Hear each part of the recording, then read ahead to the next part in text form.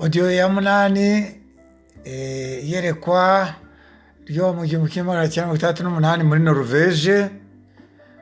Dukomeje kuganira kuri ubuhanuzi bw'uyu mukecuru wo muri Norvège imyaka 90 y'amavuko yahawe. Imana yamuhaye ngo butugereho tumenye.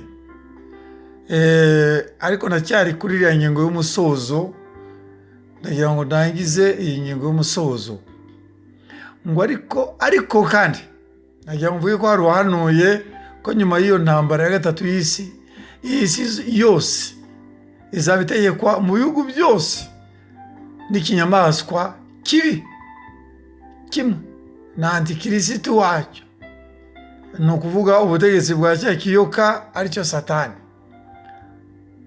Abategetsi nyine babi, ni ukuvuga ikinyamaswa na antikirisitu, bombi bazaba barwanya umuntu wese uvuga neza Yesu n'ibye ubivuga neza. Aba Yesu rero bazicwa urubozo, birumvikana hose ku isi. Abapfiriye muri Yesu bazajyanwa muri paradizo nk'uko nabivuze muri audio ya 7.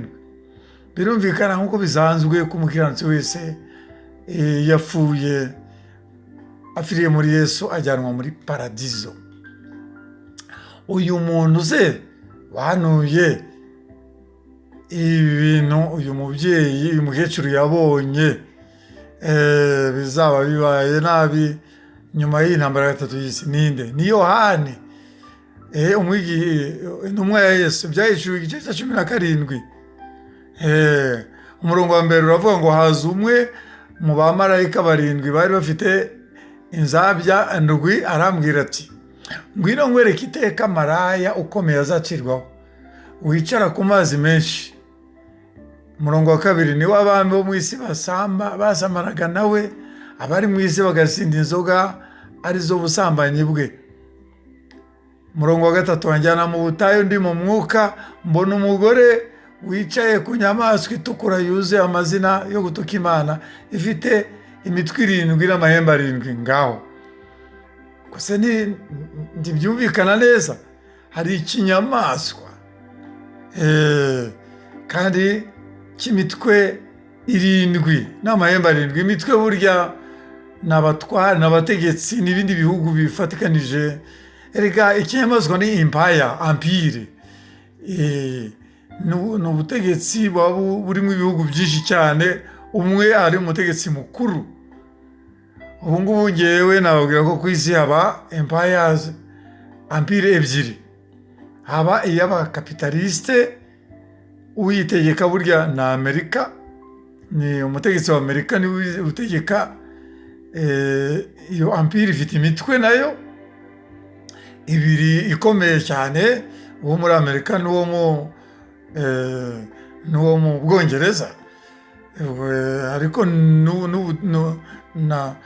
n'uburaya bw'uburengerazuba, biriya bihugu nabo ni imitwe, harimo nk'imitwe 2 minini cyangwa 3.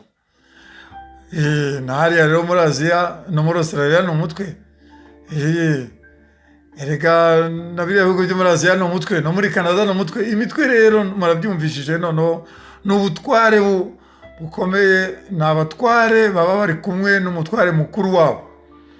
Amahembe 7 ni ingabo, nako amahembe angahera 10 ni ingabo, ni igisirikare cyabo kiba kirimwe 2 3 ibisirikare bigeze nko ku 10. Icyo kinyamaswa rero cyitwa abakapitaliste, buriya ni ikinyamaswa gifite n'umuntu ugije hejuru uriya witwa antikirisitu, wiyitirira ko ari kirisitu, ariko buriya ni antikirisitu. Hari ikindi kinyamaswa rero buriya kiriya cyitwa cy'abakomunisti, ni ikinyamaswa gifite imitwe 2 ikomeye minini. Umwe buriya ni Uburusiya n'undi ni Ubushinwa. Mama we, yego, kandi nabwo bafite amahembe y'ingabo. Reka mbe mpagaritse ndatandukiriye. Ndetse hari umuhanuzi, ni ukuvuga ngo nyuma y'iriya ntambara ya gatatu y'isi, iyi si izategekwa noneho na empire imwe izaba yatsinze iyindi yayiganje, iyo yindi yaciye bugufi yaganjwe, kandi iyo ngiyo yaganje izaba ari mbi cyane, yanga Kristo n'ibyo byose. Ubwo mwayitahuye rero. Hari umuhanuzikazi wo muri Amerika witwa Marie Baxter. Iyo usomye igitabo cye neza, kiriya kivuga ngo iyerekwa yahawe ry'ikuzimu, kuko iby'ubuzimu mu bihugu by'ubuzimu ko yagiyeyo, aho abantu bapfuye bajya badakijijwe, batazi Yesu, batagiriwe ubuntu, batagiye muri paradizo bajya ni ibuzimu. Rero hitwa ikuzimu, ariko njye mbita ibuzimu.